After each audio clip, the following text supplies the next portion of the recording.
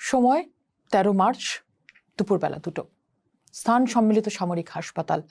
হঠাৎ এক নারীর আর্তচিৎকার। আমার মনে চলে গেছে।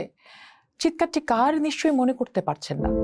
চিৎকারটি আসিয়ার মায়ের।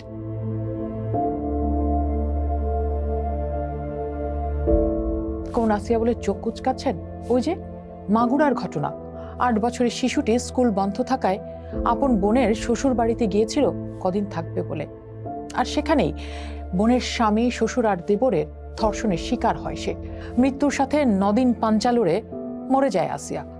সেই আসিয়া কিংবা এমন অনেক আসিয়াদের খবর যেটুকু গণমাধ্যমে পাই, তাদের ঘরে কি ঈদ এসেছে অথবা আসে? মাগুরার শ্রীপুর উপজেলার জারিয়া গ্রামের আসিয়ার পরিবার ভীষণ নিম্ন আয়ের। তার বাবা মানসিক রোগী। পরিবারে আর কোনো পুরুষ সদস্য নেই, তাই বড় বোনকে বিয়ে দেওয়া হয়েছিল ১৪ বছর বয়সে। যে নিজেও শাশুড়ির সহায়তায় শ্বশুর আর দেবরের লালসার শিকার হয়েছে বারবার। সহ্য করতে না পেরে মায়ের বাড়িতে ফিরে যেতে চেয়েছিল মেয়েটি। অসহায় মা অভাবের তাড়নায় আবারও তাকে শ্বশুর বাড়িতে ফেরত পাঠায়।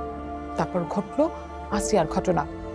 আপনি আমি যখন সেমাই পোলাও খেতে খেতে এই ভিডিওটি দেখছি, তখন একবারও কি মনে পড়ে আজকের দিনটিকে আসিয়ার পরিবার কিভাবে উদযাপন করতে চেয়েছিল? আসিয়াকে এই ঈদে একটা হলদে রঙের প্রজাপতি জামা কিনতে চেয়েছিল, হাতে লাল চুড়ি, পায়ে ইমিটেশনের নূপুর পরে কি সাজতে চেয়েছিল?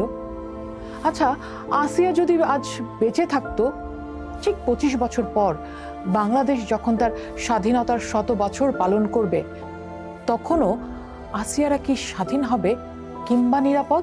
তখন যে আসিয়ারা জন্ম নেবে, তাদের জন্য আমরা কেমন সমাজ তৈরি করছি? কতটা নিরাপত্তা, কতটা স্বাধীনতা থাকছে তাদের জন্য? কিংবা নারীর জীবনে স্বাধীনতা কি আদতেই আসে?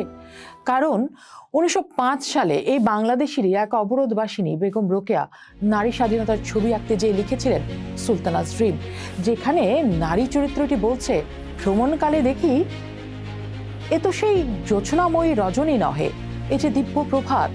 নগরের লোকেরা জাগিয়া উঠিয়াছে, রাজপথে লোকে লোকারণ্য। কি বিপদ, এই দিনের বেলায় এভাবে আমি পথে বেড়াইতেছি। ইহা ভাবিয়া লজ্জায় জড়সড় হইলাম। পথে একজনও পুরুষ কিন্তু দেখিতে পাই নাই। পথিকার স্ত্রী লোকেরা আমার দিকে চাহিয়া হাস্য পরিহাস করিতেছিল। তাহাদের ভাষা না বুঝিল, ইহা স্পষ্ট বুঝিলাম যে তাহাদের উপহাসের লক্ষ্য আমি। সঙ্গিনীকে জিজ্ঞাসা করিলাম, উহারা কি বলিতেছে? উত্তর পাইলাম, উহারা বলছে আপনি অনেকটা পুরুষ ভাবাপন্ন। পুরুষ ভাবাপন্ন ইহার মানে কি? ইহার অর্থ এই যে আপনাকে পুরুষের মতো ভীরু ও লাজনম্র দেখায়। পুরুষের মতো লাজনম্র, এমন ঠাট্টা? জি, প্রায় ১২০ বছর আগে এরকমই স্বপ্ন দেখেছিলেন বেগম রোকেয়া। কিন্তু এর মাঝে সময় পার হয়েছে প্রায় ১৫০ বছর।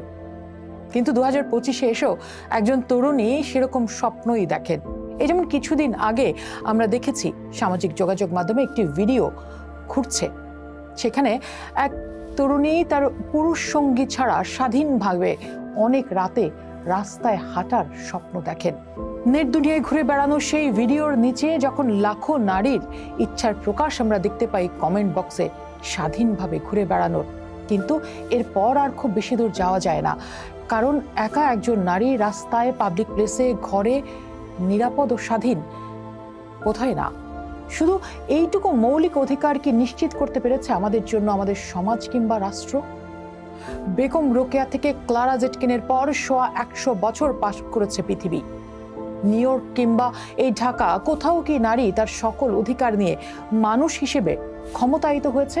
বিশেষ করে বাংলাদেশের মতো মুখে অগ্রসর কিন্তু মগজে অনগ্রসর দেশে।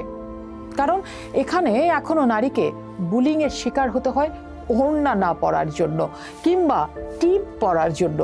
নিশ্চয়ই জানেন কিংবা জানেন না, এদেশে প্রতিদিন গড়ে ৮ জন নারী ধর্ষণের শিকার হন। রাস্তাঘাটে, বাজারে, নিজেও ঘরের নারী নির্যাতিত হয় আপন পুরুষের কাছে। ব্র্যাক, আঁচল, ইউএনএফপি এর মতো সংস্থাগুলো জরিপে বলছে, নারীর জীবদ্দশায় স্বামী বা জীবনসঙ্গীর মাধ্যমে সহিংসতার হার এখনো ৭০%। নারীদের অন্য কারো তুলনায় স্বামীদের কাছে শারীরিক সহিংসতার শিকার অন্যদের চেয়ে সহিংসতার চেয়ে 3 গুণ বেশি এবং যৌন সহিংসতার শিকার হওয়ার সম্ভাবনা 17 গুণ বেশি। অর্থাৎ যার সাথে আপনি একই বিছানা কিংবা ছাদ শেয়ার করছেন, সেই আপনজনই সবচেয়ে বেশি নির্যাতনকারী আপনার আমার। এই সহিংসতার শিকার নারীদের প্রায় 64%ই আবার এসব ঘটনা কাউকে বলেন না। যে পোশাক শ্রমিকদেরকে নিয়ে আমরা গর্ববোধ করি, সেই পোশাক শ্রমিকের 84.7% নারী যখন কারখানার ভেতরে থাকেন তাদেরকে মৌখিকভাবে নির্যাতন করা হয়। পথেও কিন্তু শান্তি নেই। পরিসংখ্যান বলছে 2024-এ এক বছরে রেলপথে 526টি নির্যাতন হয়েছে, এর মধ্যে 11টি ধর্ষণ রয়েছে। সড়ক পথে 413টি নির্যাতন, 20টি ধর্ষণের ঘটনা। নৌপথে 325টি নির্যাতন, 5টি ধর্ষণ এবং রেল, বাস স্টেশন, ফুটপাতে 458টি নির্যাতন ও 5টি ধর্ষণের ঘটনা রয়েছে। এবার আসি বিচারের প্রসঙ্গে। দেখব 2001 সাল থেকে 2015 সাল পর্যন্ত কেবল পুলিশের ওয়ান স্টপ ক্রাইসিস সেন্টারে 5003টি ধর্ষণের মামলা হয়। এর মধ্যে রায় ঘোষণা হয়েছে 183টি। আর ধর্ষণের 1/3 কম মামলা আদালত পর্যন্ত পৌঁছেছে। তার মধ্যে রায় ঘোষণার হার কেবল 3.66 এবং সাজার হার 0.45। নারী কি তবে পুরুষের কাছে সবসময় সেক্স অবজেক্টই থেকে গেল? এ কারণে কি পরিবার থেকে রাষ্ট্র নানাভাবে সহিংসতার, নিরাপত্তাহীনতার শিকার হয় নারী? নারীর প্রতি নানা আচরণ, নানা আক্রমণ যে ঘটে, সেটা আইন বলি, ধর্মীয় নৈতিকতা বলি, সামাজিক নৈতিকতা বলি, কোনো নৈতিকতা দিয়ে প্রতিরোধ করা যাচ্ছে না। কেননা এটা আসলে একটা আলাদা তন্ত্র, এটা পুরুষতন্ত্র। পুরুষতন্ত্র মানে কিন্তু ব্যক্তি পুরুষ নয়, এটা সামগ্রিক একটা ব্যবস্থা যেটা পুরুষতান্ত্রিক মন মানসিকতা, সংস্কৃতি, অর্থনৈতিক, রাজনীতি দিয়ে পরিচালিত হয়। এবং এই পুরুষতান্ত্রিক মন মানসিকতা ক্ষমতাকে একচ্ছত্র করে ফেলে, সম অংশীদারিত্ব রাখে না। অথচ প্রায় 3 দশক ধরে বাংলাদেশের শীর্ষকর্তা নারী ছিলেন। তার মানে কি নারীর ক্ষমতায়ন ঘটেছে? না, কারণ তারা আসলে পুরুষতান্ত্রিক একটা দলের এবং পুরুষতান্ত্রিক একটা রাজনৈতিক ব্যবস্থার প্রধান ছিলেন কেবল। আমরা যদি 53 বছর পেছনে মুক্তিযুদ্ধের দিকে তাকাই, তখনও দেখব সে সময় পুরুষদের দুটো কাজ করতে হয়েছে।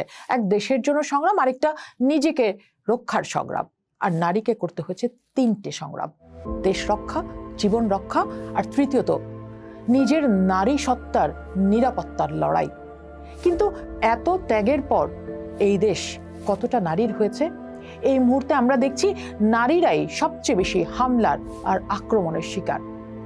রাজনৈতিক দলের কমিটিতে ন্যূনতম 33% নারীর প্রতিনিধিত্ব থাকতে হবে।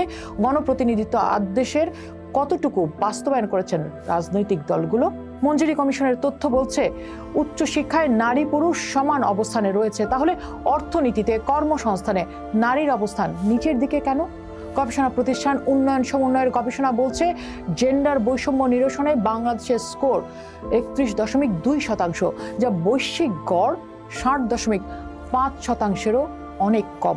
এই যে সম্প্রতি শেষ হলো জুলাই আন্দোলনের ঘর থেকে পথে গর্জে উঠেছিল যে নারীরা, তারা কোথায় গেল? ক্ষমতার তালিকায় কেন নাম নেই তাদের? এই নারীদের সম্মাননা জানাতে এক অনুষ্ঠানে প্রধান উপদেষ্টা বলেছিলেন, এই ঐতিহাসিক ঘটনার নায়িকারা বাংলাদেশে যা ঘটিয়েছে তা পৃথিবীর অন্য কোথাও খুঁজে পাওয়া যাবে না। কিন্তু মাননীয় প্রধান উপদেষ্টা, জুলাই অভ্যুত্থানে পুরুষের পাশাপাশি 60% নারীর অবস্থান ছিল, কিন্তু এখন তো সেই জুলাই কন্যাদের বেশিরভাগকেই খুঁজে পাওয়া যাচ্ছে না। কোথায় হারালেন তারা? এখন যদি একজন নাগরিক হিসেবে জানতে চাই রাষ্ট্রের কাছে যে এমন নাগরিক অভ্যুত্থান পরবর্তীতে নারীদের ভূমিকা হঠাৎ করে নাই হয়ে গেল কি করে? যেন এক ধরনের ব্ল্যাকআউট। তার মানে শুধুমাত্র নারী হওয়ার কারণে তার পূর্ণাঙ্গ নাগরিক অধিকার হওয়ার কোনো সুযোগ নেই। গণমাধ্যম, রাজনৈতিক নেতাদের আলোচনায়ও খুব একটা পাওয়া যায় না তাদের। এমনকি নতুন দলের নেতৃত্ব গঠনেও নারীদের অংশগ্রহণ ছিল প্রশ্নের মুখে।